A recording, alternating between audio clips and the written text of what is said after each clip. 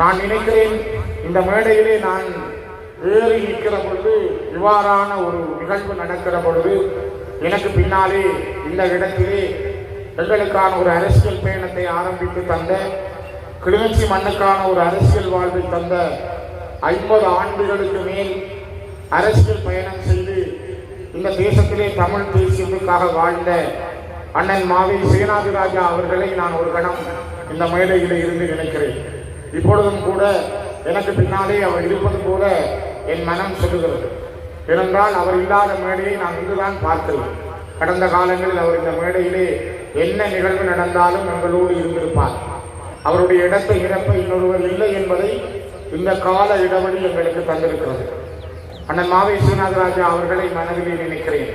அதே போல நான் நினைக்கிறேன், அண்மையிலே காசாவிலே எங்களைப் போல தண்ணீருக்காக, உணவுக்காக, அன்றாட வாழ்வுக்காக, இருப்புக்காக கண்ணீரோடு செத்துக் கொண்டிருக்கின்ற அப்பாவி காசாவாழ் முஸ்லிம் சகோதரர்களை இந்த இடத்திலே நினைக்கிறேன். அண்மையிலே உலகத்தினுடைய மீட்புக்காக வாழ்ந்து, உலக மீட்சிக்காக தன்னுடைய உயிரை சமாதியாக்கி கொண்ட பாப்பரசரை நினைக்கிறேன். நேற்றைய தினம் எங்கள் மண்ணிலே இருந்த 2வது குருமகா சன்னிதானம், என் அன்புக்கும் மதிப்புக்கும் என்னை வழிநடத்திய குரு திருஞான சம்பந்த பரமாச்சாரிய சுவாமிகளை நினைக்கிறேன்.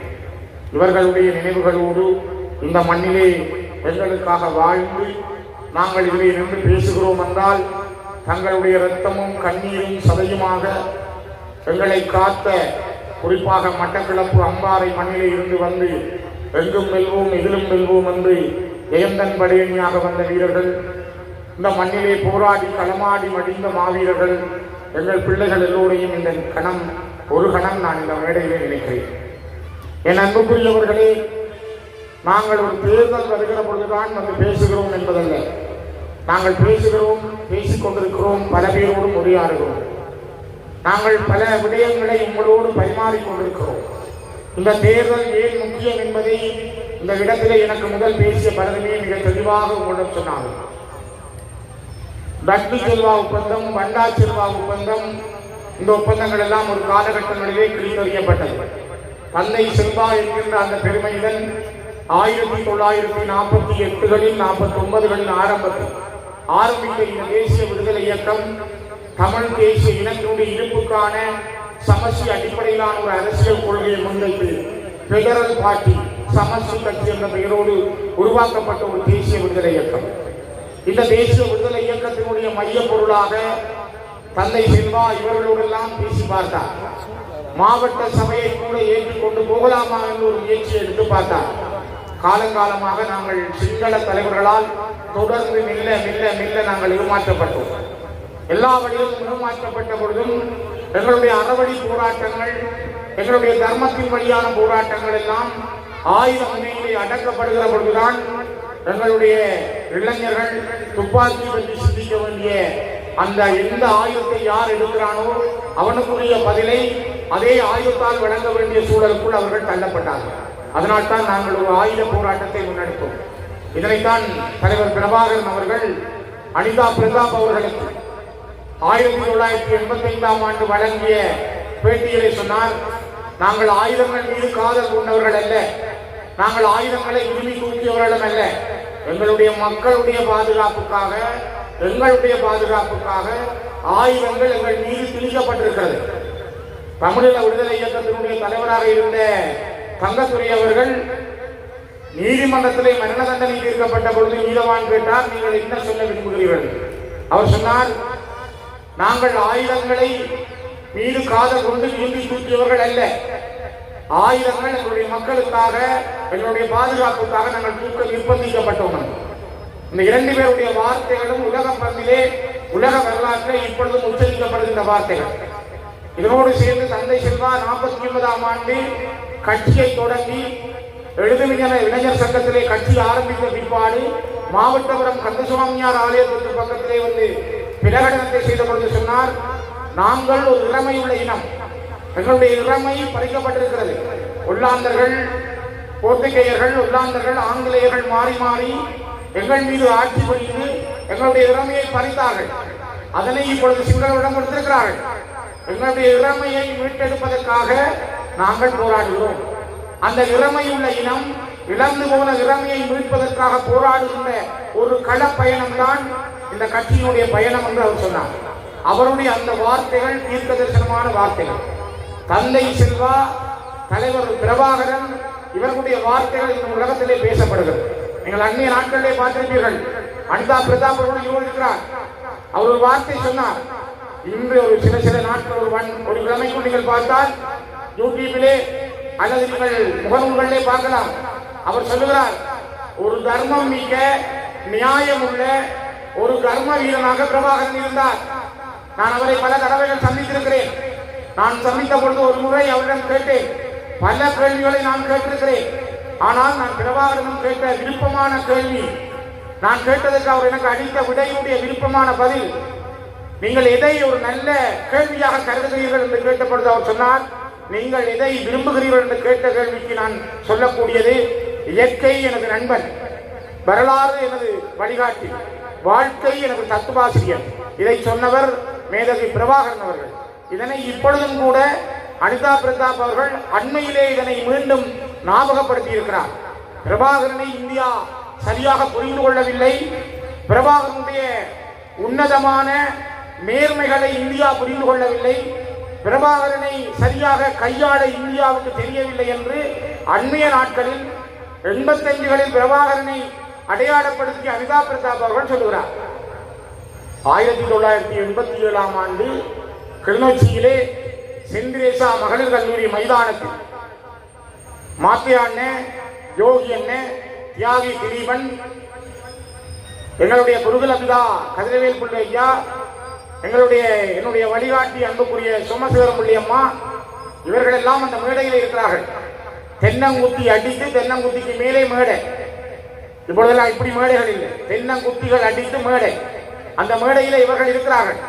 அண்ணன் திலீபன் பேசினார், அண்ணன் யோகி பேசினார், இவர்களுக்கு முதல்ல அப்புஜி பேசினார், அம்மா சோமசேகரம் பிள்ளை அவர்கள் பேசினார். இன்றைக்கும் அவர் உயிரோடு இருக்கிறார். இந்த மேடையிலும் அவர் எத்தனை ஆண்டுகள் கடந்திருக்கிறார். நான் ஏன் இதை சொல்கிறேன் என்றால், வரலாறு எப்பொழுதும் இடைவெளிகளை வைத்திருப்பதில்லை. அடிக்கடி தம்பிய அருணாச்சலம் சத்யானந்தன் சொல்லுவார், வரலாறு இடைவெளிகளை நிரப்பிக் கொண்டிருக்கும். அந்த வரலாறு நாங்கள் நினைக்கிறோமோ இல்லையோ, சத்யானந்தன் சொல்வது போல நான் அடிக்கடி நினைப்பதுண்டு. நாங்கள் பயணம் சொல்லி போன பலரை பார்த்திருக்கிறோம் என்று அவர் சொல்லுவார். அதே போலதான் இந்த வரலாறு புதிய புதிய அத்தியாயங்களை தந்திருக்கிறது. இன்றைக்கு நீங்க அந்த மேடையில பார்த்திருப்பீங்கள், எத்தனை புதிய முகங்கள், எத்தனை பேச்சாளர்கள், எத்தனை பேருடைய முகங்களை நீங்கள் பார்த்திருக்கிறீர்கள். சரித்திரம் திரும்புகிறது, வரலாறு திரும்புகிறது, வரலாறு புதிய அத்தியாயத்தை தேடுகிறது. நாங்கள் கடந்து வந்த பாதை மிக கடினமானது. நாங்கள் ஒப்பந்தங்களால் ஏமாற்றப்பட்டவர்கள், நாங்கள் புறக்கணிக்கப்பட்டவர்கள். நாங்கள் ரணில் பிரபா ஒப்பந்தம் எழுதப்பட்ட காலத்தில் 2001ஆம் ஆண்டிலிருந்து 2009ஆம் ஆண்டு வரை நம்பிக்கையோடு இருந்தோம், ஏதோ ஒன்று நடக்க போகிறது. இலங்கை இந்திய ஒப்பந்தம் இந்த மண்ணுக்கு வந்த பொழுது நாங்கள் நினைத்தோம் எங்களுக்கு ஒரு தீர்வு கிடைக்க போகிறது. எல்லாமே எங்களுக்கு முன்னாலே இல்லாமல் போய் கொண்டிருந்தது. நாங்கள் பேசிய வார்த்தைகள், செய்த ஒப்பந்தங்கள் கிழிக்கப்பட்டன. அண்மைய நாட்களில் சம்பந்தனியா தலைமையில் கூட கடந்த 10 ஆண்டுகள் பல பேச்சுவார்த்தைகள் நடந்தன. ஆனால் நாங்கள் இன்னும் ஒரு சான் முன்னேற முடியாமல் இருக்கிறோம். எங்களுடைய இடங்களை இழந்து கொண்டிருக்கிறோம். தைத்தியிலே விகாரியை கட்டிவிட்டு சொல்லுகிறார்கள், அந்த விகாரியை எடுக்க முடியாது, காணியை சுற்றியுள்ள காணியையும் எடுக்க முனைகிறார்கள். 28ஆம் தேதி மார்ச் மாதம் ஒரு வர்த்தமானி அறிவித்தல் வந்திருக்கிறது. யாழ்ப்பாணம், கிளிநொச்சி, மன்னார், வவுனியா, முல்லைத்தீவு, வடக்கு கிழக்கிலே குறிப்பாக இந்த மாவட்டங்களில் 5000க்கும் மேற்பட்ட ஏக்கர் காணிகளை இந்த அரசாங்கம் சுவீகரிக்கிறது. யாராவது உங்களுடைய காணி என்று சொன்னால் அடையாளப்படுத்துங்கள். புல்லாவளி, கட்டைக்காடு, வெத்திலக்கணி என்கிற வரலாற்றை தந்த ஆகாய கடல்வழி தாக்குதல் ஆனகரவிலே நடந்த புல்லாவளியில் இறங்கி வந்த சமர் பாதையிலே இருக்கிற காணிகள் தான் முழுமையாக அங்கே சுவீகரிக்க தயாராகிறது. வரலாற்றை அழித்து அந்த இடங்கள் சிங்கள குடியேற்றங்களுக்கு தயாராகிறது. மிக மோசமாக இருக்கிறது. இந்த அரசு மீது நான் வன்மையாக என்னுடைய கண்டனத்தை இந்த மக்கள் மத்தியில் இருந்து நான் செய்கிறேன். இந்த அரசை கண்டிக்கிறோம். எங்களுடைய காணி 18,000 பேர் யாழ்ப்பாண மண்ணிலே காணி இல்லாமல் இருக்கிறார்கள். 4300 பேர் கிளிநொச்சியிலே காணி இல்லாமல் இருக்கிறார்கள். பக்கத்தில் இருக்கிற சின்ன சின்ன காடுகளுக்கே நீங்கள் கண்டு போடுகிறீர்கள். ஆனால் காணியற்றவர்களுக்கு காணி வழங்க திராணி இல்லாத அரசு எங்களுடைய காணிகளை பிடித்து அதற்கு நீங்கள் உரிமை கோராவிட்டால் அதனை தென்பகுதியில் இருக்கிற வர்த்தகர்களுக்கு பண்ணைகள் அமைப்பதற்கும் குடியேற்றங்கள் செய்வதற்கும் தந்திரமான முறையை கையாளுகிறார்கள். மிக மோசமான ஒரு காலத்துக்குள் நாங்கள் வருகிறோம். ஆகவேதான் இந்த தேர்தலில் கூட அவர்கள் நினைக்கிறார்கள்.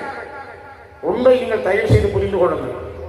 அவர்கள் இந்த தேர்தலை வெல்ல வேண்டும் என்று நினைப்பது எங்கள் மீது நடந்த இனப்படுகொலையை, எங்கள் மீது மேற்கொள்ளப்பட்ட போர் குற்றங்களை, எங்கள் மீது நடந்த மனித குலத்துக்கு எதிரான குற்றங்களை மறைப்பதற்கு முயற்சிக்கிறார்கள். நாங்கள் இறுதியாக கிளிநொச்சியிலே தான் எங்கள் தலைவனை பார்த்தோம். இறுதியாக நாங்கள் கிளிநொச்சியிலே தான் பல வரலாறுகளை படித்தோம். ஆனால் நாங்கள் முள்ளிவாய்க்கால் வரையும் போய் வந்த பிற்பாடு மறைந்த பேராயர் ராயப் யோசப் அவர்கள் 2008ஆம் ஆண்டிலே முல்லைத்தீவிலும் கிளிநொச்சியிலும் யாழ்ப்பாணத்தினுடைய கிழக்கு பகுதியிலும் வவுனியாவினுடைய வடக்கு பகுதியிலும் எழுந்த மக்கள் எவ்வளவு பேர் திரும்ப 2009 மீள்குடியேறினார்கள், எவ்வளவு பேரை காணவில்லை. அவர் சொன்னார், தன்னுடைய அளவீடுகளின்படி 1,46,610 பேர் காணாமலும் கொண்டொழிக்கப்பட்டிருக்கிறார்கள். இந்த அறிக்கையை சமர்ப்பித்து கொஞ்ச நாட்களில் அவர் இலங்கையினுடைய ராணுவ உலங்கு வானூர்தியில் கண்ணாடியிலே வந்திறங்கி தேநீர் அருந்தி தன்னுடைய இடத்துக்கு சென்றிருந்தார். தேநீர் அருந்திய கொஞ்ச நாட்களில் அவர் மரணத்தினுடைய படுக்கைக்கு சென்றார். இதற்கு பின்னாலே இருக்கிற செய்தி மர்மமானது. ஆனால் ஒரு மதகுருவாக, ஒரு அரசியல்வாதி அல்ல, ஒரு பேராயராக எங்களுக்கு நடந்த அநியாயத்தை, எங்களுக்கு நடந்த படுகொலைகளை, எங்களுக்கு நடந்த நீதிக்கு புறம்பான கொலைகளை உலகத்தினுடைய கண்களுக்கும், உலகத்தினுடைய இதயங்களுக்கும், உலகத்தினுடைய ஈரமான இதயமுள்ள ஒவ்வொரு மனிதர்களுக்கும் கொண்டு சென்ற பேராயர் ராயப் யோசப் அவர்கள். அதனால்தான் இன்றைக்கு உலக நாடுகள் அல்லது இன்றைக்கு ஜெனீவாவில் இருக்கின்ற மனித உரிமை ஆணையம் அல்லது இந்த கடைசி யுத்தத்தை தங்களுடைய சேட்டலைட் செய்மதிகள் மூலம் படம் பிடிக்க நாடுகள் ஆவணங்களை கையிலே வைத்திருக்கிறார்கள். அவர்களுக்கு தேவை வரும் பொழுது இலங்கைக்கு இருக்குவார்கள். தங்களுடைய தேவை விலகினால் அவர்கள் எங்களை கைவிடுவார்கள். நாங்கள் கைவிடப்படாமல் இருக்க வேண்டும் என்றால் நாங்கள் ஒரு இனமாக, ஒரு ஒற்றை தலைமைக்கு கீழ் நாங்கள் ஒரு அணியாக, ஒரு பலமான சக்தியாக நாங்கள் இருந்தே ஆக வேண்டும். அதை விட்டு நாங்கள் சிதறி சின்னாபின்னமாகினால், உடைந்து போனால் எங்களுக்காக பேச யாரும் இருக்க மாட்டார்கள். யோசித்து பாருங்கள், இதான் வரலாறு. நான் நினைக்கிறேன், கடந்த செப்டம்பர் மாதம் ஜெனீவாவிலே கொண்டுவரப்பட்ட தீர்மானத்திற்கு இந்த நாட்டினுடைய அயலுறவுத்துறை அமைச்சர் விஜித கேரத் போய் சொன்னார், நாங்கள் இந்த தீர்மானத்தை ஏற்றுக்கொள்ள மாட்டோம். அங்க யாரும் கொல்லப்படவில்லை, யாரும் இங்கு சுடப்படவில்லை, செத்ததெல்லாம் பயங்கரவாதிகள் என்று சொன்னார். இதனைத்தான் இன்றைக்கு ஒரு சின்னத்திலே கேட்கின்ற பல சின்னங்கள் மாறி மாறி வந்த சந்திரகுமார் என்ற இந்த பச்சை இன துரோகியும் கீழாஞ்சலியும் இதே சந்தியில், இந்த டிப்போ சந்தியிலே நின்று அவர்கள் சொன்னார்கள் 2011ஆம் ஆண்டு இங்கே யாரும் கொல்லப்படவில்லை, செத்தவர்கள் எல்லாம் பயங்கரவாதிகள், புலிகள், தமிழ் மக்கள் யாரும் கொல்லப்படவில்லை என்று சொன்ன சந்திரகுமார் இன்றைக்கு தன்னை அபிஷேகம் செய்து கொண்டு ஓநாய் இன்றைக்கு ஆடாக மாறி இன்னொன்றுக்குள் நிற்கிறது. இதைத்தான் விஜயநகரத்தும் போய் சொல்லுகிறார். செப்டம்பர்ல சொன்னார் உணரும் சாகவில்லை. இந்த மார்ச் மாதம் போய் சொன்னார், யாழ்ப்பாண மக்கள் எங்களுக்கு 3 சீட் தந்திருக்கிறார்கள், மட்டக்களப்பில் எங்களுக்கு 3 கிடைத்திருக்கிறது, வவுனியாவில் எங்களுக்கு 2 கிடைத்திருக்கிறது, 8 MP எங்களுக்கு இருக்கிறது, தமிழ் மக்கள் எங்களோடு இருக்கிறார்கள். ஆகவே அவர்களுக்கு எந்த இதுவும் நடக்கவில்லை. அங்கே இருக்கிற சில அரசியல்வாதிகள் தான் சொல்றார்கள். இது யார் சொல்கிறார் என்றால், இந்த அரசாங்கத்தினுடைய அயலுறவுத்துறை அமைச்சர் விஜித கேரத் கந்துநெத்தி வாரார் ஆனரம். அவர் வந்தோடனே உப்பு தொழிற்சாலையை திறக்கிறார். உங்க எல்லாருக்கும் தெரியும், ஆனையரவு உப்பு தொழிற்சாலை தமிழீழ பொருண்மைய மேம்பாட்டு நிறுவனம் யுனிசெஃபோடு சேர்ந்து அந்த உப்பு கூட்டுத்தாபனத்தை நடத்தியிருந்தது. ஆனையரவு என்ற உப்பு எங்களுடைய வரலாற்று பெயர், எங்களுடைய ஹிஸ்டாரிக்கல் நேம். அந்த அடையாள பெயருக்கு ராஜா லுனு அவர்கள் வைத்திருக்க பெயர். நான் உடனே கேட்டேன், சுனில் கந்துநெத்தியை தொலைபேசியில் கேட்டேன். அவர் சொன்னார், ஸ்ரீதரன் எக்ஸ்ட்ரீம்லி சாரி, நாங்கள் உடனே மாற்றுவோம் வேண்டாம். ஆனால் இதுவரையும் அது நடக்கவில்லை. விமல் ரத்நாயக்கா வந்து கேட்கிறார், உங்களை பார்த்து உங்களுக்கு உப்பில்ல துசி வேணுமா, உங்களோட பேர் வேணுமா? நாங்கள் ஒரு இனம், எனக்கு ஒரு தனித்துவமான மொழி இருக்கிறது, எனக்கு ஒரு தனித்துவமான அடையாளம் இருக்கிறது, எனக்கு ஒரு தனித்துவமான கலாச்சார பண்பாட்டு அடையாளம் இருக்கிறது, எனக்கு ஒரு பொருளாதார வளம் இருக்கிறது. எனக்கு ஒரு கல்வி முறை இருக்கிறது. ஆகவே நான் ஒரு தனித்துவமான தேசிய இனம். அது என்னுடைய குறி, என்னுடைய பரம்பரை, என்னுடைய பட்டி குறி. என்னுடைய குறியை இழந்த தமிழர்களாக நாங்கள் வாழ விரும்பவில்லை. ஆகவே என்னுடைய ஹிஸ்டாரிக்கல் நேம் ஆனேரவு உப்பு என்பது என்னுடைய பரம்பரை பெயர். அது எங்களுக்கு தேவை. அதை நாங்கள் யாரும் விட்டுக் கொடுக்க முடியாது. இதைத்தான் நான் விமல் ரத்நாயக் அவர்களுக்கு சொல்வேன். நீங்க ரஜல் ஒன்று வச்சிருக்கலாம், அது உங்களோட ஊர்ல வச்சிருங்க. ஆனால் எங்களுக்குரியது, எங்களுடைய மண்ணுக்குரியது, எங்களுடைய இடத்துக்குரியது, அவனுடைய தேசத்தினுடைய நேம், அந்த பெயரை நாங்கள் மாற்ற முடியாது. சரி, இதுக்கு பிறகு நாங்கள் அவருடைய இந்த முயற்சி, இன்றைக்கு இருக்கிற என்பிபியில் இருக்கிறவர்களும் கொஞ்சம் முகவர்களை அனுப்பியிருக்கிறார்கள். தம்பி வேடமாக சொன்ன மாதிரி கொஞ்சம் சுயேட்சை குழுக்களும் இருக்குது. இதெல்லாம் சேர்ந்து அதுக்கு பின்னால வேற வேற சக்திகளும் இருக்கு.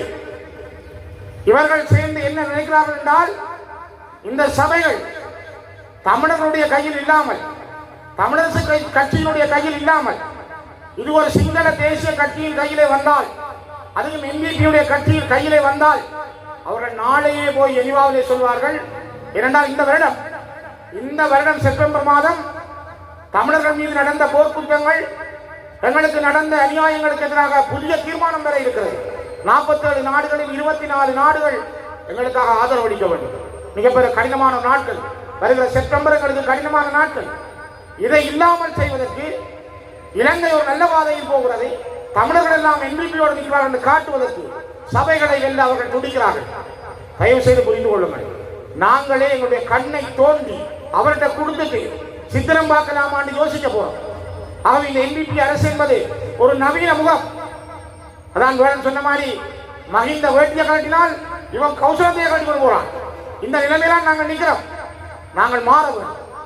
நாங்கள் மாறியாகவும். இந்த இனம் அடுத்தவரின் மானம் காத்த இனம். உங்களுக்கு தெரியும், 1971ஆம் ஆண்டு சேகுவேரா புரட்சி என்று சொல்வார்கள். ஜேவிபி புரட்சி நடந்த பொழுது இலங்கை ரோகண விஜயவீரவை கைது செய்து கொண்டு வந்து முதல் அக்கராயனிலே அடைத்து வைத்திருந்தார்கள். அக்கராயன் பாடசாலை அப்பொழுது ஜெயிலுக்காக கட்டப்பட்டது. பிறகு பாடசாலையாக மாற்றப்பட்டது. அங்கிருந்து யாழ்ப்பாண கோட்டைக்குள் கொண்டு வைத்து அவரை நிர்வாணமாக்கி அடித்தார்கள். உடுப்பில்லாமல் அடித்தார்கள். அதில் சிங்களர்கள் கைது என்றவர்கள் தங்களுடைய சொந்த சகோதரி கல்ராமத்து அழகி மனம்பேரியை நிர்வாணமாகி ரேப் பண்ணி தெரு தெருவாக நிர்வாணமாக கொண்டு சென்று அவரை சுட்டுக் கொண்ட ஒரே ஒரு இனம் உலகத்தில் கேவலங்கட்ட இனம் சிங்கள இனம், சிங்கள ராணுவம். அவர்கள்தான் இசைப்பிரியா மீது செய்தார்கள். அந்த கோட்டையில இருந்த ரோகண விஜயவீர அவர்களை உடுப்பில்லாமல் அடித்து போட்ட பொழுது முரசு கோட்டையில இருந்த தங்கத்துறை அண்ணன் அவரும் அந்த ஜெயில இருந்தார். நான் சொல்வது பொய்யல்ல, போய் கேளுங்கள். முரசு கோட்டையில் ரூல்ராசனம் இருக்கிறார். முரசு கோட்டையில இருந்த தங்கத்துறை அண்ணன் தன் இடுப்பில் இருந்த துவாயை கட்டி கொடுத்தார். ரோகண விஜயரவதி கட்டி கொண்டு நில்லன். மானம் காத்த தமிழர்கள் நாங்கள். அடுத்தவன் மானத்தை கொடுக்கிறவர்கள் அல்ல நாங்கள். என் மானம் போனாலும் பரவாயில்லை, நீ மானத்தோடு இரு என்று கொடுத்த கிளிநொச்சி தமிழன் தங்கத்துறை. ஆகவே கிளிநொச்சி மண் மானத்துக்காக தன்னுடைய மானத்தை இழந்தாலும் அடுத்தவன் மானத்தை காப்பாற்றிய வரலாற்றை கொண்ட மண் என்பதை நாங்கள் மறக்க முடியாது. நான் இந்த வரலாற்றை பதிவு செய்கிறேன்.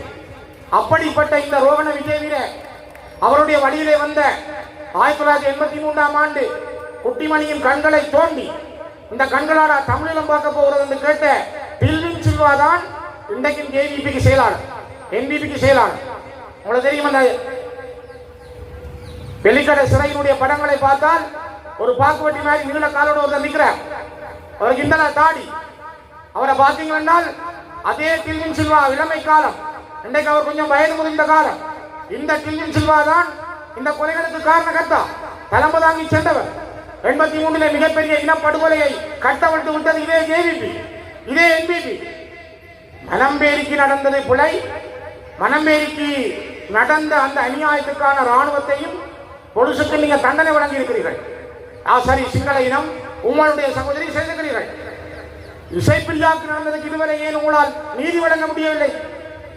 இசைப்பிரியா இந்த மண்ணிலே ஒரு சகோதரியாக இருந்தார். அவருக்கான நீதியை என்பிபி அரசாங்கம் வழங்குவேன் என்று ஏன் சொல்ல முடியவில்லை?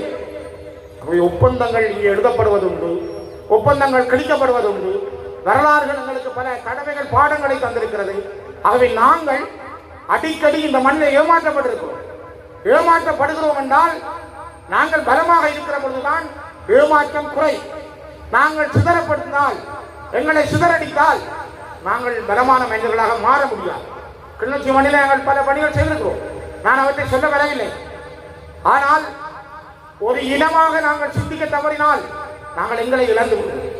தயவு செய்து ஒன்றை புரிந்து கொள்ளுங்கள். அண்மையிலே பாரதத்தினுடைய பிரதமர் மாண்புமிகு நரேந்திர மோடி அவர்கள் இலங்கை வந்திருந்தார். எங்களுடைய கட்சி, ஏனைய கட்சிகளுடைய பிரதிநிதிகள் 7 பேர் அவரை சந்தித்திருந்தோம். அந்த சந்திப்பிலே நானும் ஒருவன். அவரோடு பேசுகிற பொழுது கூட எல்லாருமே ஒரு தரப்பாக சொன்ன வார்த்தைகள், தமிழர்களுக்கு இங்கு நீதி கிடைக்கவில்லை. இலங்கை இந்திய ஒப்பந்தம் எழுதி 35 ஆண்டுகள் நெருங்குகிறது. நாங்கள் ஒரு நீதியான வாழ்வை இன்னும் அடைய முடியவில்லை. நாங்கள் அந்த வாழ்வை அடைவதற்கான வழிமுறை எங்களுக்கு கிடைக்க வேண்டும் என்றால் இந்தியாவுடைய அழுத்தம், இந்தியாவுடைய பக்கம் எங்களுக்கு தேவை என்பதை எல்லாருமே வலியுறுத்தினார். உங்களுக்கு வரலாற்றை படித்தால் வரலாற்று ஆசிரியர் திருநாவுக்கரசு அடிக்கடி சொல்வார், இந்தியாவிலே இருக்கிற மக்கள் மீது அல்ல இந்தியா மீது கொண்டிருக்கிற பயத்தின் காரணமாகத்தான் சிங்கள மக்கள் தமிழர்கள் மீது போர் செய்கிறார்கள், தமிழர்களை விரோதிகளாக பார்க்கிறார்கள். ஆகவே இந்தியா எப்பொழுதும் எங்களுடைய நலனில் இன்னும் சரியான வழியை செய்யவில்லை, ஒரு பாதையை திறக்கவில்லை என்கிற ஆதங்கம், வேதனை எங்களிடம் இருப்பதாக திருநாவுக்கரசு அடிக்கடி குறிப்பிடுவார். அதே போலதான் நாங்கள் பாரத பிரதமரிடம் இந்த செய்தியை சொல்லியிருக்கிறோம். ஆனால் உங்களுக்கு தெரியும், அவர் மட்டுமல்ல, பல ராஜதந்திரிகள், நாட்டின் தலைவர்களை நாங்கள் சந்திக்கிற பொழுது கூட எங்களுடைய நிலைமைகளை சொல்லுகிறோம், பேசுகிறோம். தமிழர்கள் ஒரு பலமான தரப்பாக இருக்கிறபடியால் தான் அது சரியானதாக நடைபெறும். இல்லை என்றால் அது எங்களை விட்டு தாண்டித்தான் அது செல்ல முடியும். அதனால்தான் நாங்கள் ஒரு பலமிழந்து போனால் நிலமிழந்து போவோம், நிலமிழந்து போனால் இனமிழந்து போவோம்.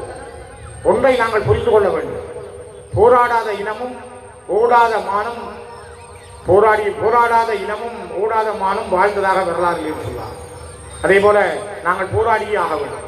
இந்த தேர்தல் களம் என்பது கூட எங்களுக்கு ஒரு போராட்ட களம்.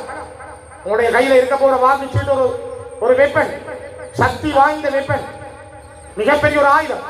இந்த ஆயுதம் சரியாக பயன்படுத்தப்பட்டால், சரியான தாக்கத்தை நீங்க அடித்தால் தான் நாங்கள் இந்த மண்ணிலே வாழ முடியும். அதற்கான வாழ்க்கை எங்களை நோக்கி நகர முடியும். அன்புக்குரியவர்களே, நான் ஒரு விஷயத்தை குறிப்பிட விரும்புகிறேன். இந்த மண்ணில் நாங்கள் நீண்ட காலம் போராடி இருக்கிறோம். ஜெனீவாவிலே தீர்மானம் கொண்டு வரப்பட்டிருக்கிறது. இன்றைக்கும் உலகம் எங்களை ஒரு கருவியாக பார்க்கிறது. அள்ளிந்தாலும் விழுந்தாலும் தமிழர்களை உலகம் பார்க்க சந்திக்க விரும்புகிறார்கள். நாளை கூட இலங்கைக்கான GSP+ வழங்குவது சம்பந்தமாக கொழும்பிலே ஐரோப்பிய ஒன்றியத்திலிருந்து வந்த குழுவோடு சந்திப்பு உண்டு. இப்ப நாளை அவர்கள் ஏன் தமிழ் தரப்பை சந்திக்க வேண்டும்? தமிழர்களுடைய கோரிக்கை என்ன? பயங்கரவாத தடை சட்டம் எப்படி அவர்கள் மீது விதிக்கப்பட்டிருக்கிறது? அவர்கள் எவ்வாறெல்லாம் நசுக்கப்படுகிறார்கள்? அவர்களுக்கான தீர்வு என்ன? அந்த தீர்வை வழங்குவதில் இந்த அரசுக்கு என்ன அழுத்தத்தை பிரயோகிக்க முடியும் என்பதை அவர்கள் பார்க்கிறார்கள். ஆகவேதான் இது ஒரு மிக முக்கியமான தேர்தல். இந்த தேர்தல் நீங்கள் சரியாக புரிந்து கொண்டால், நாங்கள் எந்த இடத்திலும், நான் இந்த கிளிநொச்சி மண்ணிலே இருந்து பேசுகிறேன், அம்பாறையிலே இருக்கின்ற என் தமிழ் தேசிய உறவுகளுக்காக, மட்டக்களப்பிலே மண்ணிலே உள்ள என் தமிழ் தேசிய உறவுகளுக்காக, திருகோணமலையிலே உள்ள என் தமிழ் தேசிய உறவுகளுக்காக, முல்லைத்தீவு, வவுனியா, மன்னார், யாழ்ப்பாண மண்ணிலே உள்ள தமிழ் தேசிய உறவுகளுக்காக, எந்த தலைவன் இறுதி வரை வாழ்ந்த மண்ணில் எத்தனை ஆயிரம் இழப்புகளுக்கு பிறகும் நாங்கள் வீணி சுவரர்கள் போல மீண்டும் மீண்டும் எழுந்து நிற்கிற இந்த மண்ணிலே இருந்து நான் கேட்கிறேன், ஒரு வாக்கு தன்னும் நாங்கள் வெளியிலே போனால், ஒரு சபைதானும் அது NPPக்கோ அல்லது வேறு யாருக்குமே போனால், தமிழர்களுடைய தனித்துவம் என்பது, தமிழர்களுடைய அரசியல் உரிமை என்பது, தமிழுடைய அரசியல் வாழ்வு என்பது சூன்யமாகிக் கொள்ளும். எங்களை அழிக்க முனைகிறார்கள். எங்கள் மீது தொடுத்திருக்கிற யுத்தம் மௌனமானது, மிக நூதனமானது. அது எங்களுக்கு தெரியவில்லை. அவர்கள் நல்லவர்கள் போல, நட்பானவர்கள் போல, பல கட்சிகளில் இருந்து பாய்ந்து வந்தவர்களை, பல பேருக்கு சேவகம் செய்தவர்களை தம்பசப்படுத்தியிருக்கிறார்கள். ஆகவே இந்த தேர்தல் எங்களை பொறுத்த வரைக்கும் ஒரு ரணகலம், ஒரு குருஷேத்திர போர். இந்த போர் நாங்கள் வெண்டையாக வேண்டும். நான் நினைக்கிறேன், இதே மைதானத்தில் போன ஜனாதிபதி தேர்தல் நேரம் நாங்கள் ஒரு பொது வேட்பாளருக்கு வாக்களியுங்கள் என்று மக்களிடம் கேட்டோம். எங்களுடைய மக்கள் துரதிர்ஷ்டவசமாக ஒரு 10 லட்சம் மக்கள் நாங்கள் ஒரு பொது வேட்பாளருக்காக எங்களுக்கு நடந்தது இனப்படுகொலை. 12,000 பேர் இன்னும் காணாமல் போயிருக்கிறார்கள். வலிந்து காணாமல் ஆக்கப்பட்டவர்களுக்கு சர்வதேச நீதி வேண்டும். நாங்கள் 80 வருஷங்களுக்கு மேலாக சமர்ச்சி அடிப்படையிலான அரசியல் தீர்வை கோருகிறோம்.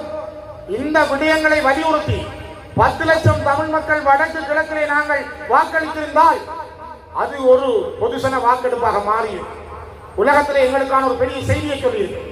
துரதிர்ஷ்டவசமாக நாங்கள் ஏமாற்றப்பட்டோம். நாங்கள் தவறான நல்ல முடிவு நியாயமான தீர்மானம் எடுக்க வேண்டிய நேரத்தில், சரியான தீர்மானம் எடுக்க வேண்டிய நேரத்தில் தவறான தீர்மானத்தை எடுத்துக்கொண்டோம். அதனால் எங்களுடைய மக்கள் தோல்வியை சந்தித்தார்கள். இன்றைக்கு பிரித்தானியா சவீந்திர சில்வா மீது தடை, கருணாகுடம் மீது தடை, டயஸ் மீது தடை, ஒட்டுக்குழு கருணா மீது தடை, சொத்துக்கள் புறக்கணிப்பு, சொத்துக்கள் முடக்கம். ஐரோப்பாவுக்குள் போக முடியாது, பிரித்தானியாவுக்குள் போக முடியாது. நாங்கள் ஓடி போய் காலுக்கு மேல காலை போட்டிருந்து பிரித்தானியா தீர்மானத்தை வருக என்று வரவேற்கிறோம். ஆனால் எங்களுடைய மக்கள் நாங்கள் திரண்டு போய் ஒரு பொது கொள்கைக்காக, ஒரு சன திரட்டிக்காக நாங்கள் ஒன்று சேர்வதை பலர் தடுக்கிறார்கள். இதுதான் யதார்த்தம். உண்மைகளை நாங்கள் இழந்து விடுகிறோம், யதார்த்தங்களை நாங்கள் புறந்தள்ளி விடுகிறோம், காலத்தில் செய்ய வேண்டிய கடமைகளை நாங்கள் இழந்து நிற்கிறோம். ஆகவேதான் அன்புக்குரியவர்களே, போராட்டங்கள் அல்லது களங்களுக்கான வாய்ப்புகள் என்பது சில நேரங்களில் எங்களுக்கு கிடைக்கும். எங்களுடைய அரசியல் தொடக்கம் என்பது வெறுமனே 2015 இருந்து 19 வரை இருந்த இடைக்காலத்தில் பேசப்பட்ட ஒரு அறிக்கையின் தொடக்கம் அல்ல. ஏவிபி சொல்கிறது, பேச்சளவில் சொல்கிறார்கள். அன்புகுமார சனாய்கா சொல்றார், கருணி சொல்கிறார், நாங்கள் இந்த தேர்தல் முடிந்த பிறகு பேசுவோம், புதிய வரை பற்றி பேசுவோம், புதிய சீர்திருத்தம் பற்றி பேசுவோம். ஆனால் பேச மாட்டார்கள். பேசுவதற்கு அவர்கள் தயாரில்லை. அவர்கள் மாகாண சபையை நடத்தக்கூட அவர்கள் தயாரில்லை. ஏனென்றால் இணைந்திருந்த மாகாண சபையை வடக்கு கிழக்கை நீதிமன்றத்தினூடாக பிரித்தவர்கள் அவர்கள். சுனாமி கட்டமைப்பு சிரான் இந்த கிளிநொச்சி இந்த பழைய கட்சியில் தான் இருந்தது. எங்களுடைய செல்வின் தான் பொறுப்பா இருந்தார். அதை கூட அப்பொழுது இந்த விவசாய அமைச்சர் இப்போதைய அருண்குமார நாட்டின் ஜனாதிபதி சந்திரியாவுக்கு சொன்னார், விடுதலை புலிகளோடு இணைந்து நீங்கள் செய்தால் நாங்கள் இருக்க மாட்டோம் என்று பிரிந்து போனார். எதிர்த்தவர்கள் அவர்கள். சாதாரண சுனாமி கட்டமைப்பு, சுனாமி நேரம் விடுதலை புலிகள் மிக கனதியாக பணியாற்றினார்கள். விடுதலை புலிகள் நேர்மையாக பணியாற்றினார்கள். உயிரை காக்க போராடினார்கள். எத்தனையோ சிங்கள உயிர்களை காப்பாற்றினார்கள். அகப்பட்டு வந்த ஆமிக்காரரையே ராணுவத்தையே காப்பாற்றி கேம்புக்கு அனுப்பி வைத்தார்கள் என்று உலகம் போற்றுகிறது. அமெரிக்காவினுடைய சுனாமி கட்டமைப்புக்கு பொறுப்பாக இருந்த முன்னாள் ஜனாதிபதி பில் கிளின்டன் இலங்கை வந்த பொழுது எங்களுடைய புனர்வாழ்வு கழகத்தினுடைய பொறுப்பாளர் ரெஜி அன்னைக்கு கைலாக கொடுத்து வாழ்த்தினார். நீங்கள் பொடியலாம், நீங்களாம் மனுஷர்களான்னு சொன்னார். நீங்கள் தான் நல்லா செய்வீங்க, ஒரு போரியல் இயக்கம், நீங்கள் விடுதலைக்காக போராடுற இயக்கம். ஆனால் சுனாமி நீங்க கையாண்ட விதம், நீங்கள் அதை கையாண்ட சூழல் மிக அபாரம் என்று சொன்னார். ஆகவே வரலாறு எங்களுக்கு பாடங்களை தந்திருக்கிறது. உலகம் எங்களை விட்டு பார்க்கிறது. நாங்கள் செத்து பிளந்து அடிந்து போனாலும் இந்த மண்ணில் நிமிந்து வந்திருக்கிறோம். இதுல இருந்து ஒருத்தர் இதே மைதானத்தில் டெலிபோனுக்கு வாக்கு கேட்டார். உங்களுக்கு தெரியும், அந்த நேரம் கேட்டார், ஜனாதிபதியா அவர் வரணும் போடுங்க. அவருக்கு போட்ட 30,000 பேரும் கிளிநொச்சியில தனக்கு போடுங்க என்று அதே சிலத்துக்கு பின்னால் ஓடின. அதுக்கு சில பேர் சப்போர்ட்டா இருந்தார்கள், எங்களோட தீவிரவர்கள். கடைசியாக எடுத்த வாக்கு என்ன, அவருக்கு நடந்தது என்ன? இன்றைக்கு அவர் சங்கூதம் வடிக்கிட்டு இருக்கிறார். கனவே யோசிச்சு பாருங்க. அவர் தான் இல்லைன்னு சொன்ன ஒருத்தரும் சாவே இல்லை, ஒருத்தரும் அழிய இல்லை. செத்த முழுக்க புலிகள். உன்னையிராவில எங்களுக்கு தண்ணி இல்லை, எங்களுக்கு மின்சாரம் இல்லைன்னா நீ இப்படி கடற்கரையா நடந்து போ. அந்த சாலையில சூசைட பொடியும் தமிழ்ந்த பொடியும் கிடந்து போய் அங்க கேட்டாராம். இதே சந்திரகுமார் சொன்னவர் இதோட இருக்கிறார். இன்றைக்கு ஒரு பெண்ணுக்கு தான் சொன்னது, ஒரு பெண் போராடி கரண் மின்சாரம் கேட்டதுக்கு சந்திரகுமார் சொன்னது, நீ இப்படி கடற்கரையா நடந்து போ, சாலையில சூசைட பொடி கிடக்குது, தமிழ்ல இந்த பொடியும் கிடந்து போய் கேளு. இன்னைக்கு அவர் வந்து எங்க நிற்கிறார்? டிஎன்ஏ மறைச்சு பஞ்சம் சொன்ன மாதிரி டிஎன்ஏ போட்டுக்கொண்டு நிற்கிற ஒரு கேவலம் கட்ட கூட்டத்துக்கு பின்னாலே தன்னை அபிஷேகம் செய்து நிற்கிறார். இப்ப நான் கேட்கிறேன், நான் இபிஆர்ல தலைவர் சுரேஷ் பிரேமச்சந்திரன் கேட்கிறேன், நீங்க உங்களோட வச்சதையான அவரு. அப்ப இந்த மண்ணில் ஒரு தரம் போர்ல அடிக்கப்பட இல்லையா? சுரேஷ் பிரேமச்சந்திரன் பதில் என்ன?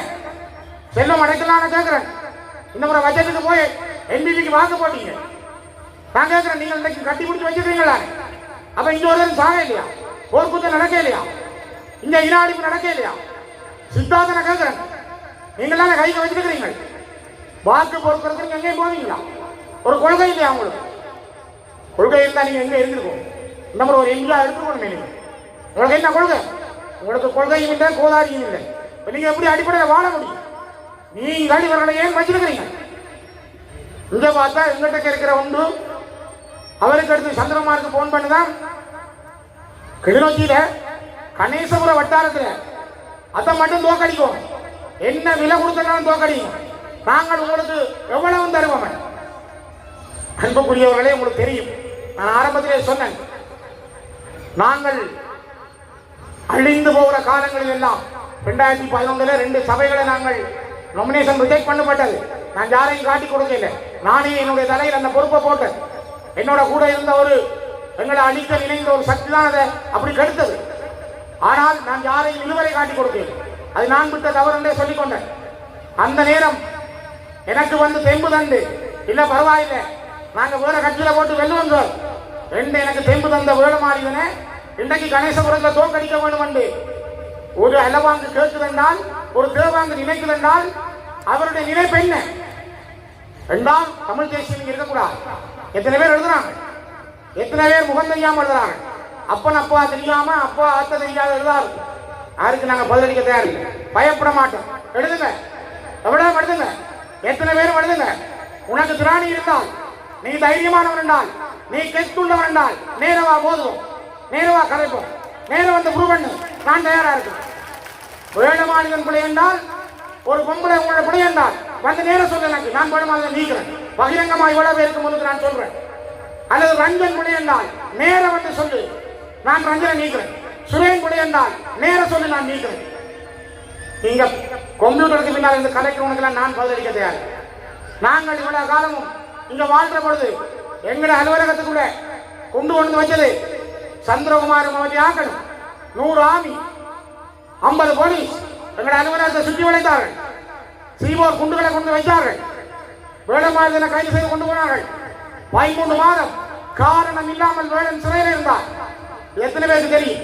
நாங்கள் எத்தனை பேர் ஞாபகத்தில் வச்சிருக்கிறோம்? இதை எழுதுவதும் இல்லை. அதுக்கு பிறகும் எங்கட அலுவலகத்தில் கூட்டம் நடந்தது. பாராளுமன்ற உறுப்பினர்கள் மாவை சேனாதிராஜா, சரவணபவன், சுமந்திரன், நான் இவ்வளவு பேரும் நாங்கள் இதுல பல பேர் இருக்கிறீங்க. 1000 பேர் செய்யக்கூடியவர் வந்தார்கள், கல்லறிந்தார்கள். சிஐடி, ராணுவ சிஐடி, போலீஸ் சிஐடி இவ்வளவு பேரும் பின்பக்கம் முன்பக்கம் 2 தாக்கினார்கள். அந்த அலுவலகத்துக்கு அண்ணன் மறைந்த கோராஜா வேட்டிய கட்டி கொண்டு நின்று வாசல் நின்று வெளுத்தறிஞ்சவர் கொஞ்சம் பேருக்கு. தம்பி ஜீவனாயன், அவனுக்கு முகம் உடைஞ்சது. 2 அடித்த இந்த வரலாற்றை மறக்க முடியாது. நான் இன்னைக்கு வீடியோ வச்சிருக்கேன், ஆதாரங்கள் வச்சிருக்கேன். ஆகவே நாங்கள் சாதாரண பஞ்சன மெத்தையில படுத்த அரசியல் செய்யல.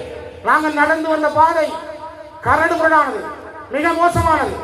நாங்கள் அந்த மோசமான பாதைகளுக்குள்ளால் மெல்ல மெல்ல மெல்ல எங்களை தகவமைத்துத்தான் இன்னைக்கு உங்களை எல்லாம் கட்டி அணைத்து அரவணைத்து இந்த அரசியல் பயணத்தை இந்த கிளிநொச்சி மண்ணில் செய்யறோம்.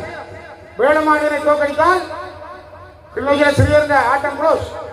சுரேனை இல்லாம செய்தால் சுரேந்த கதை முடிஞ்சது, சிறிய கதை முடிஞ்சது. போய் ஒரு சட்டத்திரணி, சாவச்சியில் இருக்கிற சட்டத்திரணி, அவர் போய் பழைய கேட்கிறாராம் ஒருத்தருட்ட, சுரேனை எப்படி தோற்கடிக்கிறோம்? சுரேனை தோற்கடிக்கணும், அதுக்குள்ள விட தரணும், எப்படி செய்யலாம்? இது ஒரு சட்டத்திரணி. இந்த கட்சியில் கேட்காது, கேட்டா மானங்கட்ட சீரியம். வேடனை தோற்கடிக்கணும்னு கேட்டவர் எந்த கட்சியில் கேட்காது, கேட்டீங்கன்னா நாங்க இதையே மறந்து முடியாவும். அப்படிப்பட்ட ஆக்கள், அப்படி கேவலம்.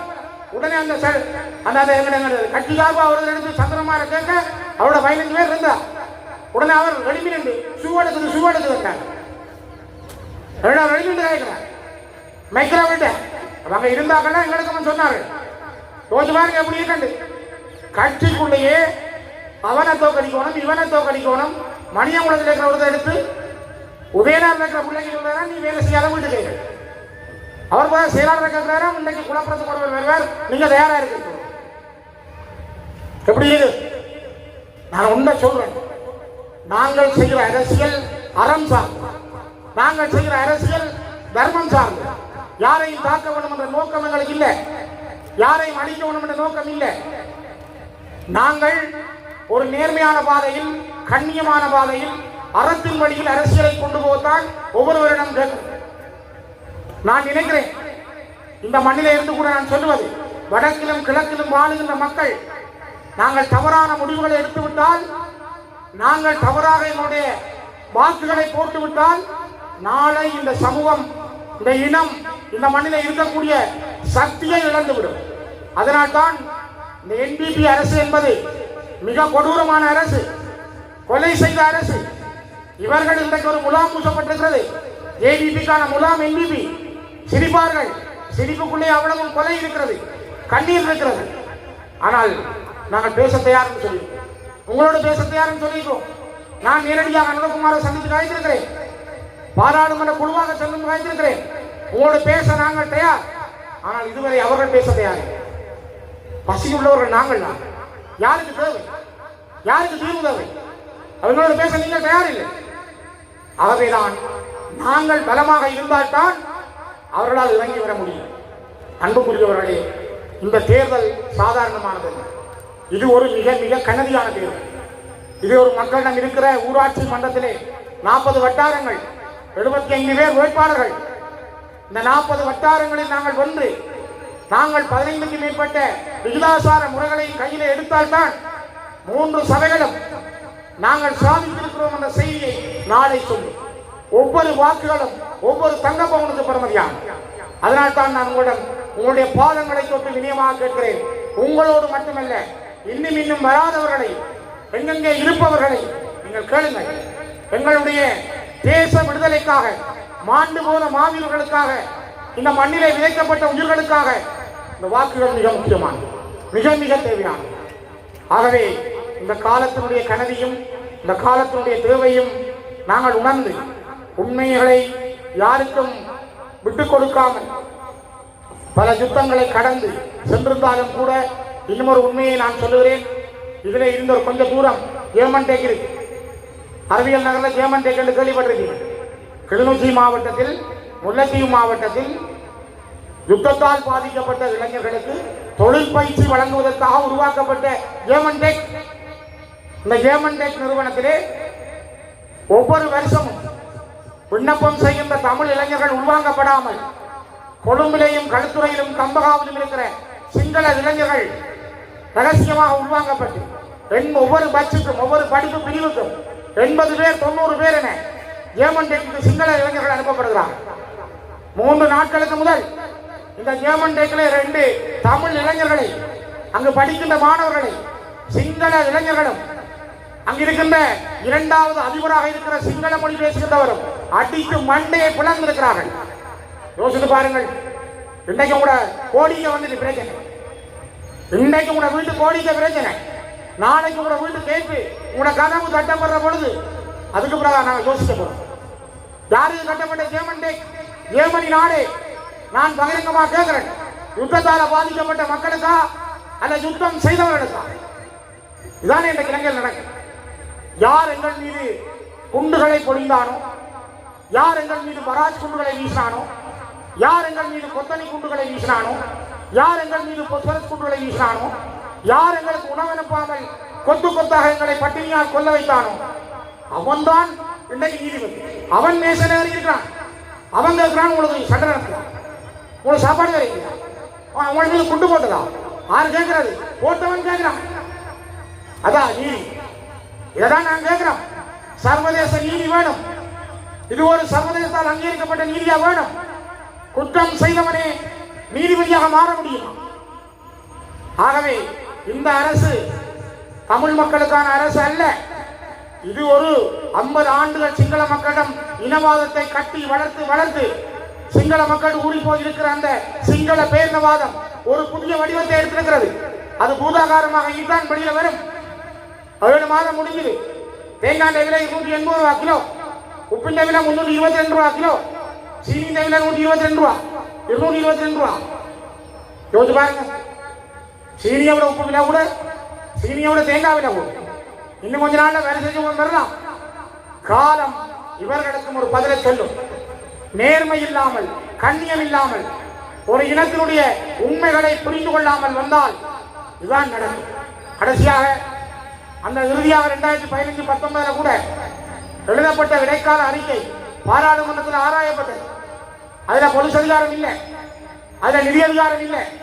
ஏக்கிய ராஜ்ய அதை விடுவோம், அது பேசி பேசி கலைச்சு போனோம். ஆனால் அது ஒரு விவாத பொருளாக எடுக்கப்பட்டது. சம்பந்தனையா அண்ணன் சொன்னார், நாங்கள் இதை விவாதத்துக்கு எடுக்கிறோம், இதுல என்ன சேர்க்க வேணும், அதை என்னென்ன விஷயம் கொண்டு வரணும், அந்த விஷயத்தை கூட பார்ப்போம், முதல்ல விவாதம் செய்வோம். அது விவாதிக்கப்பட்டதை தவிர அது ஒரு தொடக்க புள்ளி அல்ல. நாங்கள் அப்படி அதிலிருந்து போகவில்லை. ஆனால் ஜேவிபி தாங்கள் தங்களுடைய தேர்தல் விஞ்ஞாபனத்தில் அந்த 2015-19 இருந்த விடயத்திலே சில கரிசனை கொள்ளுகிறோம் என்ற வார்த்தைகளை கொண்டிருந்தார்கள். அதுவும் நடக்காது. ஆக இது நடக்கும், எல்லாம் நடக்காதுன்னா இது நடக்கும். நாங்கள் ஒரு சக்தியாக எழும்ப வேணும், நாங்கள் ஒரு இனமாக எழும்ப வேணும், நாங்கள் ஒரு பலமான சக்தியாக மாற வேணும். அந்த மாறுவதற்கான கடம் தான் இந்த தேர்தல். அன்புக்குரியவர்களே, அண்ணன் சீமான் சொன்னது போல உன்னுடைய முகம் சிதைந்தால் உன் பிணத்தை கூட அடையாளம் காண முடியாது, உன்னுடைய மொழி சிதைந்தால் உன் இனத்தை அடையாளம் காண முடியாது.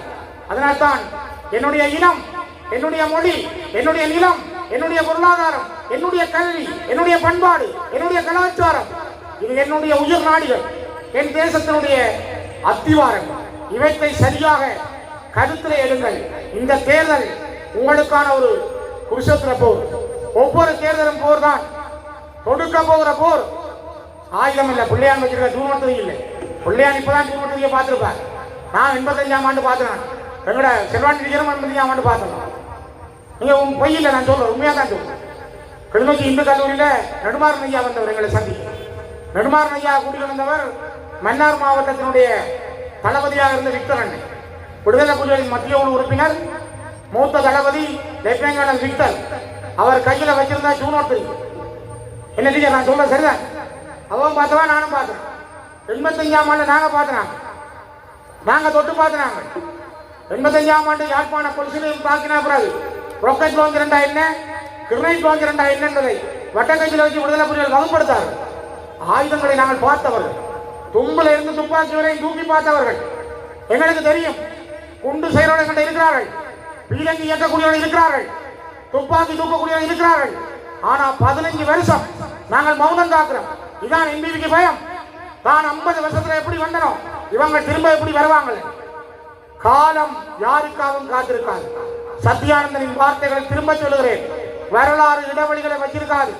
நீங்கள் எங்களை அடிக்க நினைத்தால், நீங்கள் எங்களை சிதைக்க முனைந்தால், நீங்கள் எங்களை ஏமாற்ற நினைத்தால் வரலாறு எங்களுக்கும் ஒரு வழியை திறக்கும். அந்த வழி எங்கள் இனத்துக்கான விடுதலைக்கான வழியாக இருக்கும். அது எங்கள் இனத்துக்கான விடுதலையினுடைய உச்சமாக இருக்கும். ஆகவேதான் அன்புக்குரியவர்களை, இவ்வளவு நேரமும் நீங்கள் பொறுமையோடு திகண்டு வந்து காத்திருந்து எங்களுடைய இந்த கருத்துக்களை கேட்கிறீர்கள். இது நாளை உங்களில் இருந்து நாளை மறுதினம் 2 நாட்களிலும் நீங்கள் பிரச்சாரம் செய்யக்கூடிய நாட்கள், பகிரங்கமாக அல்ல, நீங்கள் கதைக்கக்கூடிய நாட்கள். ஸ்ரீதரன் மாடிதால் சொன்னார், பிரச்சாரம் போன முறை தான் கூட்ட முடிய, நாளைக்கு எங்களோட வாக்காளர் வேட்பாளர் வாங்கணும்னு சொன்னோம். அதுக்கு போலீஸ் வந்து எங்களை வீட்டை நிற்கிறாங்க ஆபீஸ்ல. இப்ப நான் இதை சொல்ல, நாளைக்கு போலீஸ் வந்தாங்க நினைப்பா, ஏன்னா எங்களை பிடிக்கிறேன்னா முன்னுக்கு நிற்பா. மற்றபடி அங்க வேற சின்ன மொட்டி இருந்தா கழிக்க மாட்டேன், எங்களைய மட்டும் முன்னுக்கு நிற்பா. ஆள்றவனுக்கு ஒரு சட்டம் தானே. என்ன அகப்ப பிடிக்கிறவன் நம்ம ஆளா இருந்தா அடிப்பந்தி என்ன நுய்பந்தி என்ன. ஆகவே ஆள்றவன் கையில போலீஸ் இருந்தா ஆட்ட கையில இருக்கும்னு தெரியுதான். இதாலதான் எங்களுக்கு பொலிச தாராங்கள் இல்லை, எங்களுக்கான பொலிச அதிகாரம் இல்லை. ஆனால் காலம் மாறி வரும், சூழல் மாறி வரும். நாங்கள் மனிதர்களாக இந்த மண்ணில் நடப்போம், நிமிர்ந்து நடப்போம். அதற்கான வரலாற்றை தேடி எங்களுடைய பயணம் தொடரும். அந்த தொடக்கத்தினுடைய வரலாற்றின் நாளாக இந்த நாள் அமையட்டும். நாங்கள் 6ஆம் தேதி 12 மணிக்கே நான் நினைக்கிறேன் நல்ல செய்திகளோடு எல்லோரும் எழுந்திருந்து எங்களுடைய மகிழ்ச்சிகளை பகிர்ந்து கொள்வோம். நன்றிகள், மிக்க நன்றிகள். இலங்கை தமிழரசுக் கட்சியின் கிளிநொச்சி மாவட்டத்துக்கான உள்ளூராட்சி சபை தேர்தல் இறுதி பிரச்சார கூட்டம் நேற்று சிவஞானம் ஸ்ரீதரன் தலைமையில் நடைபெற்றது. இந்த தேர்தலில் கடந்த ஜனாதிபதி தேர்தலை போல இல்லாமல், பாராளுமன்ற தேர்தலை போல இல்லாமல், பல விதமான வினோதமான வேடிக்கையான பொய்களும் பீரங்கி வேட்டுகளும் அதிர் வேட்டுக்களை கிளப்பி விட்டுக் கொண்டிருக்கிறார்கள். நடுங்கிக் கொண்டிருக்கிறார்கள். தங்களுக்கு ஜனாதிபதி தேர்தலில் 27,000 வாக்குகள் கிடைத்தன, பாராளுமன்ற பொது தேர்தலில் 80,000 வாக்குகள் கிடைத்தன. இதிலே குறைந்து விடுமோ என்று பயந்து யாழ்ப்பாண மாநகர சபையையும் மல்வெட்டுத்துறை நகரசபை போன்றவற்றை தமிழக தேசிய தலைவர் மேதகு பிரபாகரனுடைய அந்த மண்ணையும் நாங்கள் கைப்பற்றி விட்டோம் என்று உலகுக்கு காட்டுவதற்காக ஏனைய பல சபைகளையும் பிடிப்போம் என்று கங்கணை கட்டிக்கொண்டு இரவு பகலாக அமைச்சர் குலாம் ஜனாதிபதியுடன் ஓடி வந்து கொண்டிருக்கார். கடற்தொழில் அமைச்சருக்கு வந்து கடற்கரை ஓரங்களிலே மல்வெட்டுத்துறை போன்ற பகுதிகளிலே மீன் பிடிக்காத குறை வீடுகளிலே வந்து வலையை வீசி இரவு 10 மணியை கடந்து பெண்களை அழைத்து மல்வெட்டுத்துறையை எப்பாடு பட்டாவது பிடித்தே தீர்வேன் என்று கண்ணீர் கண்டிருக்கிறார். நேற்றைய தினம் இன்னொரு சுவையான செய்தி, அவர்களுடைய ஒரு இணையதளத்திலே ஒரு பாடல், அந்த பாடலிலே தமிழக தேசிய தலைவர் மேதகு பிரபாகரன் அவர்களுக்கு நாங்கள் வெண்கல சிலை அமைப்போம், அதே போல தேசிய தலைவருடைய பெற்றோருக்கு இறங்குதுறை அமைக்கப்படும் ஜெட்டி, அதைத்தான் ஜெட்டியைத்தான் ஜட்டி என்று சொன்ன இந்த அமைச்சர். நல்லவேளை இப்பொழுது பாட்டிலே ஜட்டி என்று வரவில்லை, இறங்குதுறை என்று வந்திருக்கிறது. நான் இன்றைய தினம் உடனடியாக ஊடகவியலாளர்களுக்கு சொன்னேன், சவால் விடுகின்றேன், அமைச்சர் சந்திரசேகரம் சொல்லட்டும், தமிழக தேசிய தலைவருக்கு வெண்கல சிலை அமைப்போம், என்ன சனி என்றாலும் இறங்குதுறை என்று சொல்லட்டும், அதை நாங்கள் பெற்றவருடைய பெயரை சொல்வோம் என்று சொல்லுங்கள் என்று சொன்ன பொழுது ஊடகவியலாளர்கள் இன்று காலையிலே அவர் நடத்திய அந்த ஊடக சந்திப்பிலே கேள்வி எழுப்பியிருக்கிறார்கள். அவர் பூசி மழுகி இருக்கிறார். இனிமேல் இந்த அதிர்வேட்டுக்களை மக்கள் நம்ப தயாராக இல்லை. ஆனால் மாவீரர்களுடைய கனவுகளை நனவாக்குவாராம். அது வெறும் ஜட்டி மாறி கனவோ இல்லை, அவர்கள் கண்ட கனவு தமிழர்களின் தாகம், தமிழ தாயகம் என்ற கனவை கண்டார். அதை கூட கொடுக்க முடியுமா? அதுக்கு கிட்டத்தட்ட கொடுக்க முடியுமா? அந்த தாயகத்தை 2ஆக வெட்டி பிளந்து நீதிமன்றம் மூலம் பிரித்தவர்கள் 2006ஆம் ஆண்டிலே இதே ஜேவிபியினர். இப்பொழுது தாயக கனவை செய்ய போயிருமா? எல்லாம் பொய்யும் பிரட்டும் பித்தலாட்டமும். சிலை வைக்க போகிறார்களாம். நாங்கள் சொல்ல விரும்புகின்றோம், தமிழக தேசிய தலைவர் 4 தசாப்தங்களை கடந்து அரை நூற்றாண்டுக்கு கிட்டமாக போராடிய அந்த தலைவனுக்கு நாங்கள் சிலை அமைப்பதாக இருந்தால் அது உரிய காலத்திலே மல்வெட்டுத்துறை கடலுக்கு நடுவிலே இந்தியாவிலே அங்கே கடலுக்கு நடுவிலே ஒரு சிலை 100 அடி உயரமான சிலையை திருவள்ளுவர் சிலை நிறுவப்பட்டிருக்கிறது. அதே போல மும்பையிலே அங்கே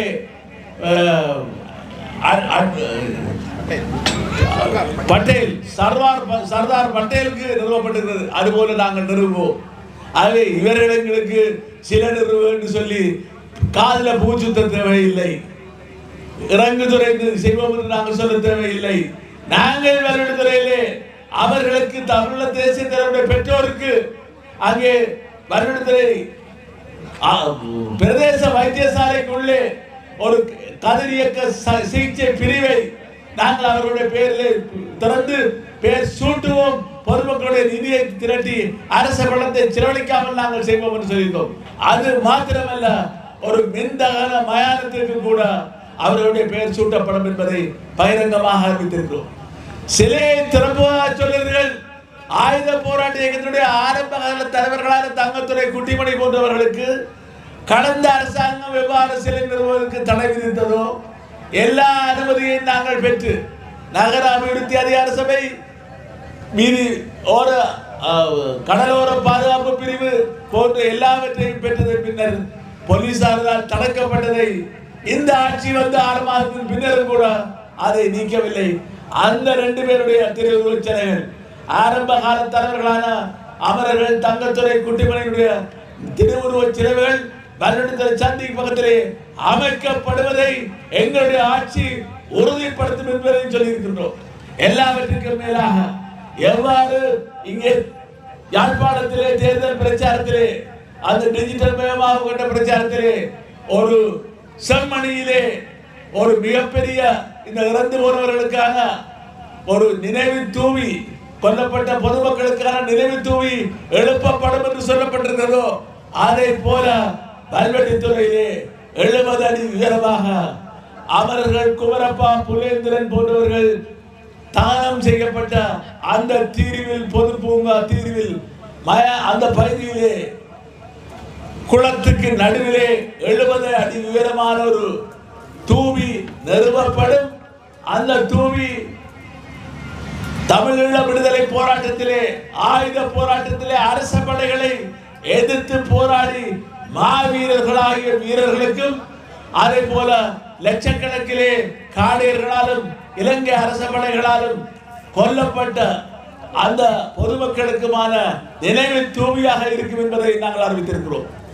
அது நிச்சயமாக மாவீரர்களுடைய கனவை நனவாக்குவதை நோக்கி எங்களுடைய சபைகள் நகர்த்தப்படும். அதுக்கு உறுதியான நடவடிக்கைகளை நாங்கள் இந்த தமிழ் தேசிய பேரவையிலே தேர்தலுக்காக சேரவில்லை. தேர்தலை தொடர்ந்து ஒரு அரசியல் தீர்வு வருகின்ற பொழுது அரைகுறை ஒரு ஒற்றையாட்சிக்கு கீழே ஏக்கிய ராஜ்யம் என்ற ஒரு மோசடிக்கு கீழே அமலாவதை தடுத்து நிறுத்துவதற்காகத்தான் திரு கஜேந்திரகுமார் பொன்னம்பலம் தலைமையிலே நாங்கள் எல்லோரும் இணைந்திருக்கின்றோம். இதை 19 பாராளுமன்ற தமிழ் பாராளுமன்ற உறுப்பினர்களே வடக்கு கிழக்கிலே ஆக குறைந்தது 10 பேராவது எதிர்க்கக்கூடிய சூழ்நிலை, தமிழரசு கட்சியும் எதிர்க்கக்கூடிய சூழ்நிலை திரு சுமந்திரன் போன்றவர்கள் ஓடி போய் திரு AKD அனுரகுமார் திசாநாயக்கா போன்றவர்களை கட்டி தழுவாமல் தடுக்க வேண்டிய ஒரு தீர்ப்பை இந்த தேர்தலில் நீங்கள் வழங்க வேண்டும். நாங்கள் தமிழ் தேசிய கூட்டமைப்பில் இருந்த பொழுது நான் சார்ந்திருந்த தமிழக விடுதலை இயக்கம் அவர்களுடைய அந்த ஏக்கிய ராஜ்யம் என்ற முறையை தீர்வு திட்டத்தை நாங்கள் எதிர்த்தோம், நிராகரித்தோம், பகிரங்கமாக அறிவித்தோம். அதில் இன்னொரு புதினம் என்னவென்றால் ஏக்கிய ராஜ்ய சிங்களத்திலே, தமிழிலே ஒருமித்த நாடு, ஆங்கிலத்திலே ஏக்கிய ராஜ்ய. ஆங்கிலத்திலே உங்களுக்கு வசனம் இல்லையா? உலகத்திலேயே சுத்துமாத்துக்கு பேர் போன சுமந்திரன் செய்த ஒரு மோசடிதான் ஏக்கிய ராஜ்ய என்ற ஆங்கில வாசனத்தை போட்டவர். ஏன் யுனைடெட் ஸ்டேட் என்று போட்டிருக்கலாமே? இல்லை. அவை அவ்வாறான ஒரு மோசமான நிலைமையை செய்வதை தடுப்பதை நோக்கி உங்களுடைய வாக்குகள் அமைய வேண்டும். அந்த வகையிலே தான் JVP-யை பற்றி நீங்கள் ஏமாந்து விட்டார்கள். எங்களுடைய இளைய தலைமுறையினர் 71ஆம் ஆண்டு அவர்கள் இந்திய விஸ்தரிப்பு வாதம் என்ற ஒரு கொள்கையை வைத்தார்கள். 5 வகுப்புகளிலே மலைய மக்கள் பாதிக்கப்பட்டார்கள். 83ஆம் ஆண்டிலே தமிழின படுகொலை 3000க்கு மேற்பட்ட தமிழ் மக்கள் வடக்கு தென்னிலங்கையிலே கொல்லப்பட்ட பொழுது பல்கலைக்கழக மாணவர்களும் பாடசாலை மாணவர்களுமாக இருந்த JVP-யினர் தேர்தல் டாப்புக்களை வைத்துக் கொண்டு தேடி UNP-யினர் ஐக்கிய தேசிய கட்சியினர் வீடு வீடாக தமிழர்களை கொன்று குவித்து வீடு வாசல்களை வியாபார நிலையங்களை அழித்து நூற்றுக்கணக்கான பெண்களை மானபங்கப்படுத்தியது விளைவாகத்தான் பல்லாயிரக்கணக்கானவர்கள் இந்த நாட்டை விட்டு ஓடினார்கள். அதுவரை விடுதலை போராட்ட இயக்கங்களிலே 1969ஆம் ஆண்டு ஆரம்பிக்கப்பட்டால் கூட விரல் விட்டு எண்ணக்கூடியவர்கள் 3 எண்ணிக்கையிலே நாங்கள் இருக்கவில்லை. 3 டிஜிட்ஸ் 100 பேர் இல்லை. எல்லா இயக்கத்தையும் சேர்த்து 99 பேருக்கு கூடதான். அதை தொடர்ந்துதான் ஆயிரக்கணக்கான இளைஞர்களும் ஜோதிகளும் வீடு வாசல்களை தொடர்ந்து போராட்டத்தில் இணைந்து கொண்டார்கள். இது வரலாறு. அங்கே இந்தியாவிலே 1000 போராட்ட இயக்கங்களுக்கு பயிற்சி முகாம்கள் தரப்பட்டன. புதுடெல்லியிலே, இந்தியாவுடைய தலைநகர் புதுடெல்லியிலே ராணுவ தலைமையகம் டேராடூனிலே 5 இயக்கங்களுக்கு சிறப்பு பயிற்சிகள் வழங்கப்பட்டன. இவ்வாறான சூழ்நிலைகளை தாண்டித்தான் ஜேவிபி செய்த கொலைகள் வெலிக்கடை வெஞ்சிரையிலே கூட 53 தமிழ் அரசியல் கைதிகள் அவர்கள் தங்கத்துறை, குட்டிமணி, ஜெகன் போன்றவர்கள் கொல்லப்படுவதற்கு காரணகர்த்தமாக இருந்தவர்கள் அங்கிருந்த இத்தாலி விமானத்தை கடத்திய சேபால எக்கநாயக்க என்பவர், அந்த ஜேவிபியை சேர்ந்தவர்களும் அந்த இலங்கை அரசாங்கத்தினுடைய அந்த வழி நடத்தலிலே அவர்களுக்கு ஆயுதங்கள் வழங்கப்பட்டு 53 பேரும் வெற்றி படுகொலை செய்யப்பட்டார்கள். இது இப்பொழுது பட்டலந்தையில விசாரிக்க போயிருமா? செம்மணியில் நடந்த பற்றி உங்களுக்கு தெரியாதா? 600 பேருக்கு மேலே செம்மணியிலே புதைக்கப்பட்ட புதைகுழி தோண்டப்பட போகிறதா இல்லையா அது தெரியவில்லை.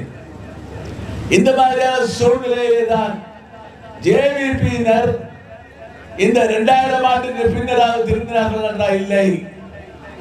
இந்த இனவரியன் விமல் வீரவன்ச தலைமையிலே பாராளுமன்றத்திலே அவர்கள் எவ்வாறு செயல்பட்டார்கள் என்பதை பாராளுமன்ற உறுப்பினர்களாக இருந்து கொண்டிருக்கக்கூடிய நண்பர்கள் கஜேந்திரகுமார் பொன்னம்பலம், செல்வராஜா, கஜேந்திரன் போன்றவர்கள் நல்லா அறிவார்கள்.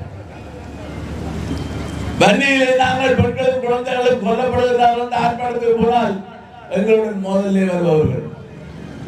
இது மாத்திரமல்ல, விடுதலை புலிகள் தீர்ப்பு சட்டத்தை கொடுத்தவுடன் அதை எதிர்த்தவர்கள், பாராளுமன்றத்தை கலைக்க முயற்சி எடுத்தவர்கள், சுனாமிக்கான ஒரு மீள் கட்டமைப்பு திட்டத்துக்கு எதிராக போராடியவர்கள், வடக்கு கிழக்கை பிரித்தவர்கள்.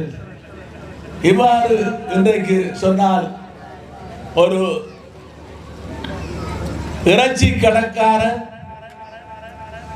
ஐயர் வேஷம் போட்டு நடித்தது போல இன்றைக்கு இந்த ஜேவிபி ஒரு மூலியை அடித்துக் கொண்டு தேசிய மக்கள் சக்தி என்று வருகின்றது. இதை நீங்கள் ஓட விரட்ட வேண்டும்.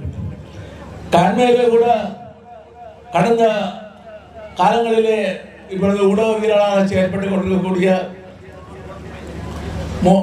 மாநாடு சபையினுடைய உறுப்பினராக இருந்த திரு தயாளன் அவர்கள் தன்னுடைய ஆய்வை சொல்லி இருந்தார். பருத்தித்துறை, சாவகச்சேரி, மயிலாடுதுறை நகரசபைகள் சைக்கிள் சின்ன ஆட்சியங்கள் விழும் என்ற விடயத்தை சொல்லியிருந்தார். ஆகவே மயிலாடுதுறை நகரசபையிலே தமிழ தேசிய தலைவருடைய அந்த இடத்தை நாங்கள் பிடிப்போம் என்ற பகல் கனவு தகர்க்கப்பட்டது என்ற செய்தியை மே மாதம் 6ஆம் தேதி இரவு தெரிந்து கொள்வதோடு தமிழ் தேசிய பேரவை கணிசமான இடங்களிலே மாபெரும் வெற்றியை ஈட்டியிருக்கின்ற செய்தியை நீங்கள் சொல்ல வேண்டும் என்று கேட்டு, இந்த ஜேவிபிக்கு உரிய பாடத்தை நீங்கள் புகட்ட வேண்டும் என்று கேட்டு, இந்த தமிழ் தேசிய பேரவை அகில இலங்கை தமிழ் காங்கிரஸ் சின்னத்திலே போட்டியிடுகின்ற வீட்டு சின்னத்துக்கு வாக்களித்து மன்னிக்க வேண்டும், சைக்கிள் சின்னத்துக்கு வாக்களித்து வீட்டு சின்னத்துக்கு வாக்களிக்க இருக்கின்ற இடத்தை நீங்கள் விடுத்து, அது எங்களுக்கு ஒரு காலத்திலே இருந்த விடயத்தை இன்றைக்கு அவர்கள் குத்தகைக்கு எடுத்து சுமந்திரனுடைய சின்னமாக மாறிவிட்டது. ஆகவே சைக்கிள் சின்னத்துக்கு நீங்கள் வாக்களித்து மாபெரும் வெற்றி ஈட்டி இந்த எங்களுடைய விடுதலை போராட்டத்தை தொடர்ந்து வழிநடத்துவதற்கு உதவி செய்ய வேண்டும் என்று கேட்டு விடைபெறுகின்றேன். நன்றி, வணக்கம். தமிழ் தேசிய பேரவையின் வேட்பாளர் MK சிவாஜிலிங்கம் பங்கேற்ற இறுதி தேர்தல் பிரச்சார கூட்டம் யாழ்ப்பாணத்தில் நேற்று இடம்பெற்றது.